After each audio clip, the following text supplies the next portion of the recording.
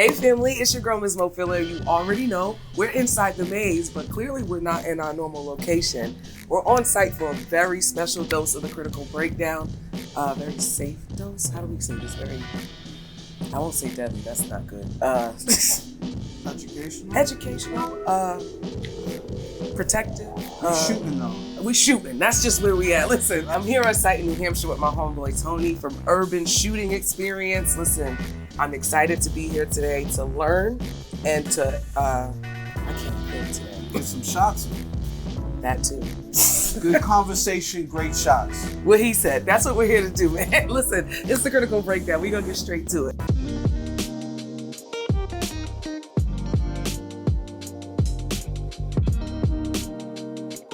Now listen, Tony, I've watched what you do as far as teaching and educating, specifically the Black and Brown community. I've seen that personally. But if you could run your resume for those who don't know who you are and what it is that you do for Urban Shooting Experience. So I'm a black man, clearly. For my Latinos and Latinas, I'm Moreno. You know what? Moreno. I'm a father. And that's really what got me into firearms is I'm a father of 3 daughters. And I just want to protect my family. At the end of the day, I want to go home, relax on the couch, watch Netflix like everyone else. You know, I'm not a tough guy. I'm not a bully. I've been shooting since 2015 is when I first got licensed. And I've been an instructor now for 3 years. I'm certified with NRA, USCCA, Sig Sauer.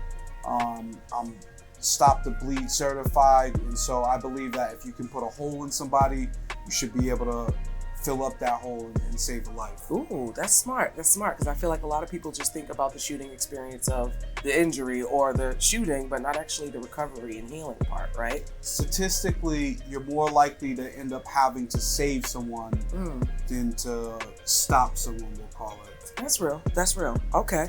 Now, if you notice, we're here with these earmuffs and these glasses because we have to have protective gear on. We're actually doing some live shooting here today. He's taught me how to officially aim. Was that a 45 or a 9?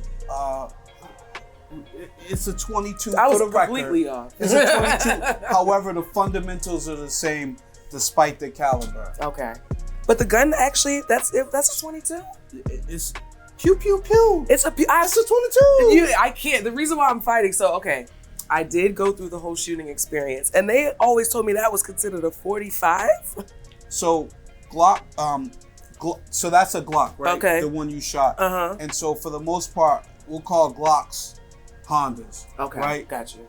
They all look the same, right? But there's the VTEC. Okay. There's the 4-cylinder. Okay. Car talk. I can't do But yeah, it is a 22 though. Okay. But the 9mm, the Glock 17 or the Glock 19, the big brothers, they look just like that. Got you. Okay, so it's the smaller version because I'm still trying to learn it all, and that's why I got my good guy Tony here with me. Okay. Yes. Now tell me, what is somebody going to expect if they show up to an experience with Urban Shooting Experience? The first thing they're gonna learn is how to spin the block. No. Wait a minute. I was like, wait, did you just say that? We're going to teach you how to efficiently spin the block, okay? The first thing you'll learn is safety. Yeah. That's the most important thing. There are 3 fundamental safety rules. 1, always treat the firearm as if it's loaded. 2, always keep it pointed in a safe direction.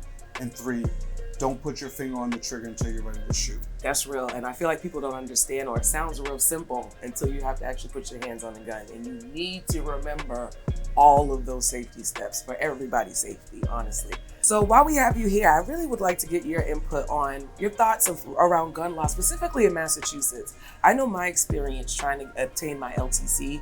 At one point, I felt like I was jumping through so many hoops just to obtain it. And then when I finally got approved, they then restricted it for me. And I didn't understand why or what was the thought process behind it. But what do you feel about I consider strict gun laws here in Massachusetts? I would say technically we're in New Hampshire, but we live in Massachusetts. I'm from Roxbury. right. New Hampshire though, yeah. But so gun laws are unconstitutional. We'll start there. Okay. The Second Amendment is everybody's right, and unless you're a felon, right? However, these hoops that they're making people jump through are ridiculous. Mm-hmm. I applied for my non-resident Massachusetts license to carry once I moved to New Hampshire. Okay. And they actually denied me. Wow. With all of my certificates, hundreds of students taught, they denied me.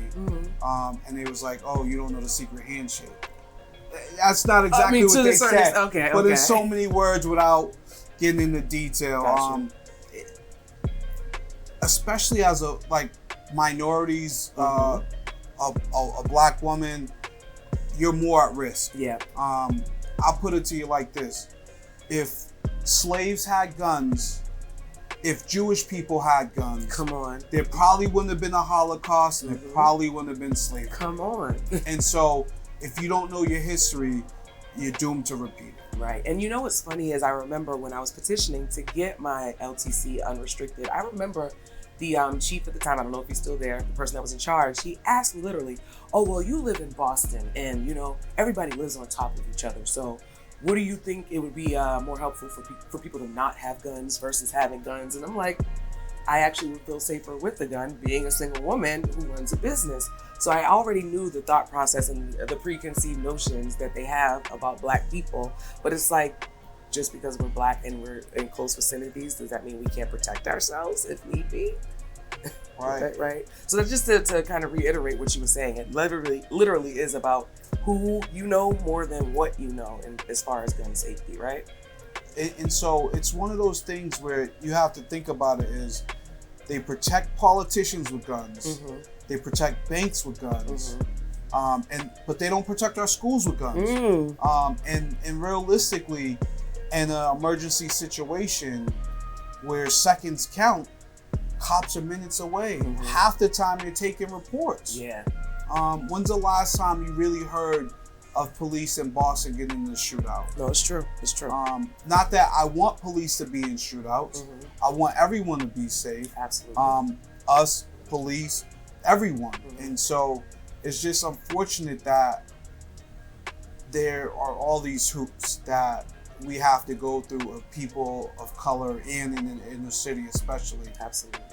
Now, speaking of that, I feel like we as Black or brown people have a trauma response, so to speak, when it comes to learning about guns. I know me, I had to get over my innate fear first of the gun so that I can learn how to safely use it. Can you speak about that importance of our current relationship with guns and trying to reintroduce that in a more safety aspect or as a toolage versus a weapon, so to speak?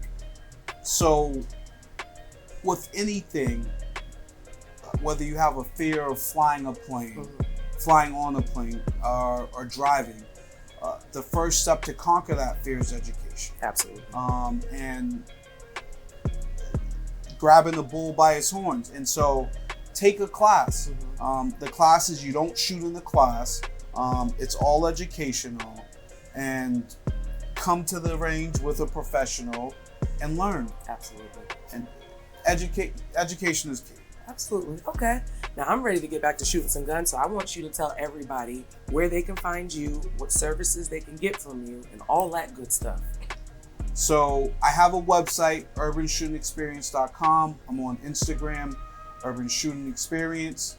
Give me a call, 857-445-8086. Sure you Mike give Jones. out the telephone number? You sure you want to do that? It's public information. Okay, I guess. Slide in the DMs on IG. Send me an email, urbanshootingexperience@gmail.com. And we out. Oh, it's the and we out. How you trying to sign out of my show for me? That's you see what happens when you bring guests. You see what happens when you bring guests on the show. No, son, that's what you tell me. And while you're here, make sure you like, follow, and subscribe. Hit that little notification bell down at the bottom so you can keep track of everything we're doing here at Inside the Maze. 2024 is about to go crazy. You understand me? Inside the Maze, the critical breakdown. Mismo, Philla, Tony from Urban Shooting Experience. And the cameraman, what's your name, bro? Danny. And Danny. Benny. And Benny. Mom, we can't forget about Benny. Danny. Oh, Danny. Not Benny. Danny. All right. Gotta get this man off the show, man. Peace out.